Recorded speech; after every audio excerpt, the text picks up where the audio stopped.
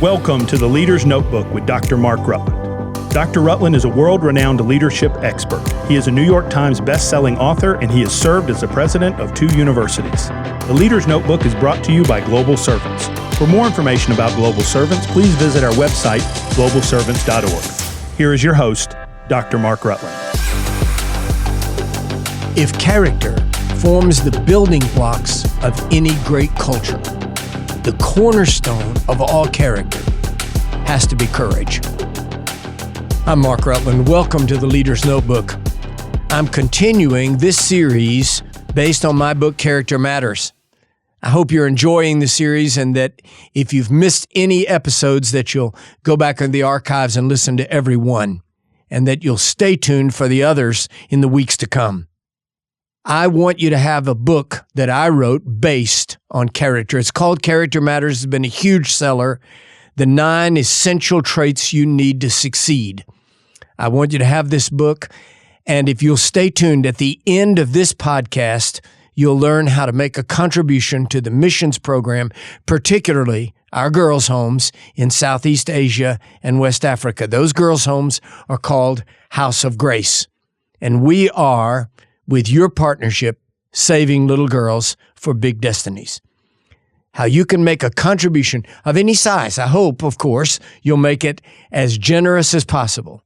But make a contribution today online of any size, and I'll send you a copy of Character Matters. I want you to have this book, and I'm urging you to help us save little girls for big destinies. Now, today, we're talking about the fundamental building block of character, and that is courage. On March the 31st, 2003, a Bradley armored vehicle inched its way onto a bridge in Iraq. 3 American soldiers, young men with everything to live for, crouched low as they followed their eye and saw an old woman stranded on the bridge. Bullets from an Iraqi gun on the far side of the river pinged off of the sides of the vehicle and the steel girders, and the enemy knew that those soldiers, if they risked their lives for that woman by pinning her down with enemy fire, if they risked their lives, they knew they could get one of those Americans, or at least they hoped they could. The soldiers kept coming anyway, risking their lives with every step, braving the enemy guns, all for the life of an elderly Iraqi woman huddled in the gun smoke and the fear of her life. The officer in charge tossed a smoke grenade, and 3 Americans ran forward to pull the woman to safety. Captain Chris Carter, at the ripe old age of 31, was the company commander. He ordered his men to retreat, carrying the woman while he gave covering fire with his M16. They were brave, yes, but they were not merely brave. They were courageous, risking their lives for a defenseless woman in danger of the bullets of her own nation's army. Clare Boothe Luce, one of the writers that I've enjoyed through the years, the late Clare Boothe Luce, said, "Courage is the ladder on which all other virtues mount. The misguided, the deceived, and the fanatical may at times act bravely, hurling themselves into the jaws of death. True courage, however, noble courage, the authentic, spontaneous act of self-sacrificial concern for the defenseless, is not fanaticism, but character. The way a society comprehends courage will in a great part determine whether it will be a noble civilization or sink into brutality and barbarism. Courage is not the feeling of fearlessness. It is rather the willingness of mind necessary to act out of conviction rather than surrendering to that feeling. One may actually feel quite fearless and act in a cowardly manner. Also, one may feel quite fearful and behave with great courage. Several years ago, the wire services carried an account of a printing press operator in the Midwest whose employer signed a contract to print a pornographic magazine. This man refused to operate his press on that one contract. He pleaded with his boss, Allow me to work on any other project. Give me the worst hours in the shop. I won't operate my press when that magazine comes through, but I'll do anything else. He was summarily fired. He appealed to his labor union, which declined to support his quote-unquote censorship. He lost his job with only 3 years to go on his pension and retirement. I was discussing this very disturbing story with another pastor, and that pastor said, "What a jerk." He was gagging at gnats and swallowing camels. He went on, he said, "How big of a deal is it? He doesn't have to read the pornography or look at the pictures. That fool hasn't any responsibility in the matter. All he has to do is operate a printing press." That pastor's sad attitude is indicative of a deep wound in our society. When we can no longer even identify which situations demand truly courageous responses, then we no longer know when to take a stand. Finally, we will lose our understanding of what courage even is. If a society misidentifies courage, it is on the verge of barbarism. Courage is that willingness to deny my own flesh and do what is right and noble, regardless of the cost. I once counseled a young engaged couple who were living together, partly because it was financially expedient for them to do so. I counseled them that one or the other of them should move out until the wedding. I urged that they establish a clean relationship for a full year and then get married only on the solid foundation of a virtuous relationship. They explained to me how extremely difficult it would be for them financially. I assured them I knew it would take great courage to act so virtuously. I was amazed and impressed when they accepted my advice. The expense was not only financial. Remember, their bodies had cultivated an appetite for each other. They were enjoying all the benefits of marriage sexually and none of the responsibilities of the commitment. That is a very difficult thing to reverse. But they did it. They acted with tremendous courage, and God blessed them for it. One of the most satisfying moments of my ministry was receiving a letter from them more than a year later as they honeymooned in Italy. Let me read it to you. "Dear Dr. Rutland, this is the greatest moment of our lives because we know that we acted as God wanted us to. We have now come on this honeymoon together from the foundation stone of a virtuous relationship.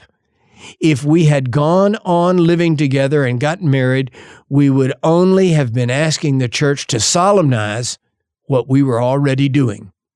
Now we know that our marriage is founded in Christ and we are so happy."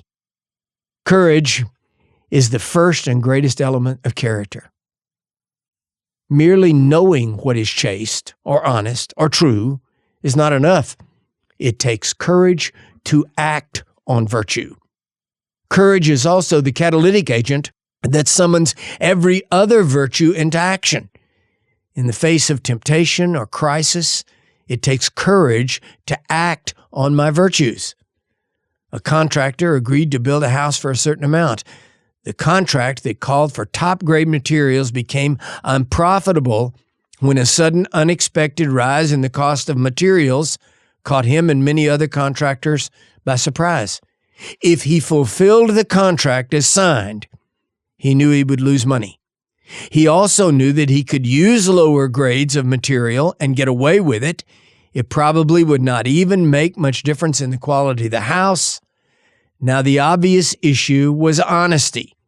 He knew the honest thing to do, but his honesty would cost him his profit margin. It required tremendous courage for him to act honestly. Honesty is the virtue resident, yes, but it takes courage to put that virtue into action. Many miss the greater truth of courage by thinking of it solely in terms of bravery. Though bravery may be admirable, courage is far more than valor in the face of danger. Courage and heroism are not exactly synonymous. Acts of heroism may or may not be indicative of true courage. Heroism in the face of danger may be a momentary burst of instinct, not reflective of true character. Some people are simply constitutionally impetuous. They just run into the danger. They are bolder than others by nature. Sometimes public heroes in war or athletics later live unproductive and even destructive lives. Such people are not really courageous. They were simply momentarily brave. Imagine two children playing on a swing set.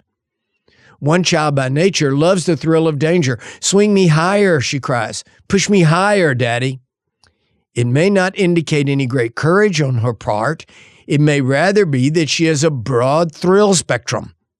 Her brother, on the other hand, says, "Not so high, Daddy, not so high." The father thinks his boy is cowardly, but in reality, he may simply be more prudent. To confuse prudence and cowardice is dangerous folly. "Don't be a coward," comes the stinging rebuke from the father.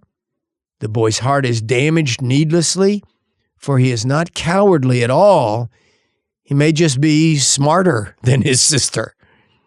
Furthermore, courage without character can degenerate into mere bravado.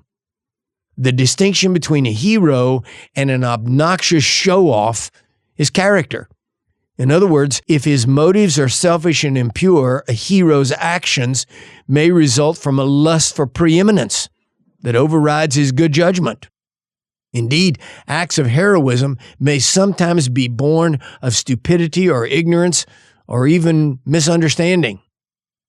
Circumstantial reality may also be mistaken as courage. A condemned prisoner on death row was allowed to select his menu for his last meal. "Mushrooms," he answered. "I want fresh mushrooms, right straight from the forest floor. I've wanted them all my life and I've never tasted them. I've always been afraid I'd get poisoned once, and now it doesn't matter."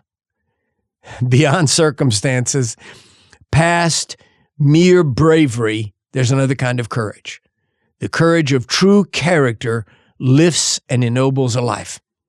A warrior may fight valiantly, brave all manner of danger, overcome insurmountable odds, defeat a superior enemy, only to plunder the city and outrage its citizens. Is he courageous? In every classical and biblical sense of virtue, the answer is an unqualified no. The fearless warrior who rapes and burns is not courageous. He is a brute. Courage, true courage, is about valiant goodness. In the inner office and inner soul of every congressman, our nation and civilization hang in the balance. Until we can cultivate statesmen who are willing to be turned out of office for even taking a stand on moral issues, a national character such as ours will continue to erode. The congressman who violates his conscience for gain blasphemes his office and corrupts his own humanity. Ultimately, his character will become so degraded that he will be unable to take a stand. He will lose the ground that he needs to stand on to be courageous. His vote, his influence, and his soul will be cheapened at every resale. Enthroned as an incumbent, he may be elected time after time after time until he becomes an empty husk of a politician. But no office gained or kept is worth the loss of his character. Hardly any endeavor known to man requires more courage than preaching. The courageous man of God preaches what is right, regardless of whom it pleases or offends. The courageous woman of God not only preaches what is right, but she must preach what is right in a right way, refusing to compromise her message or her methods. Likewise, the policeman who refuses an envelope of money is not only honest, he's courageous. The schoolboy who declines to hear the dirty joke is not just chaste, he's courageous. Courage is the fundamental basis on which a society or a culture builds its character. I hope you've enjoyed this teaching today on courage. as part of our series on Character Matters. Now I hope you'll stay tuned, and someone is going to tell you how you can receive a copy of my book, Character Matters, simply for making a contribution to global servants, to our missions work, and particularly to our girls' homes in Southeast Asia. You're helping us with this contribution save little girls for big destinies, and you'll be helping yourself to receive a copy of Character Matters. Until we meet again, I'm Mark Rutland, and this has been The Leader's Notebook. Wow, another great episode of The Leader's Notebook. Hello, I'm Ronnie Brannon, the Chief of Staff at Global Servants, and as Dr. Rutland said, we want to send you your copy of his book, Character Matters. You can receive your copy by contributing any amount to Global Servants through our Secure Give app on our website. Go to globalservants.org, click the Donate button, and then click Give Online, and then leave your contribution under the Podcast Gift tab. Next, please click Add a Message and include your name, email address, and the mailing address where you would like your book delivered. As soon as your donation is processed, we'll send you an email confirming the delivery address, and we'll get your book in the mail to you by the next business day. Again, thank you for subscribing to The Leader's Notebook with Dr. Mark Rutland and helping make a difference for those around the world and helping save little girls for big destinies. You've been listening to The Leader's Notebook with Dr. Mark Rutland. Be sure to subscribe, rate, and review today's podcast. You can follow Dr. Rutland on Twitter at Dr. Mark Rutland or visit his website, drmarkrutland.com. Join us next week for another episode of The Leader's Notebook.